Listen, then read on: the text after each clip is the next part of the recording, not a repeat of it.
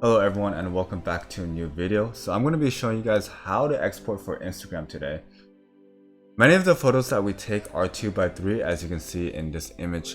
A lot of times when you upload to Instagram you get images with these black or white bars on the side, not completely filling the frame, and I'm going to show you guys how to fix that. The max resolution for Instagram is actually 1080 by 1350, which is 4x5, meaning that you will have to either crop into the image or add these black or white bars to the side to make it 4x5. And I'm going to show you a different solutions that many Instagrammers have been doing to fill their frame. Go ahead and hit the crop tool, you can hit C, and I want to drag these corners out to here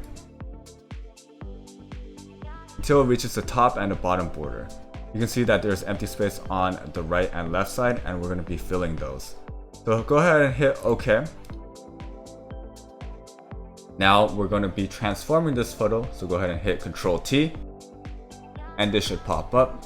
We're going to stretch out this photo basically to make sure that it fills the frame. There's two ways that I do this. Sometimes I just go ahead and hit Shift and I pull one corner and the other corner and I'm done. In this case it looks fine, it doesn't look too distorted, but sometimes it does look pretty distorted. So what I do is, instead of pulling just the sides, I'm going to do Ctrl T one more time.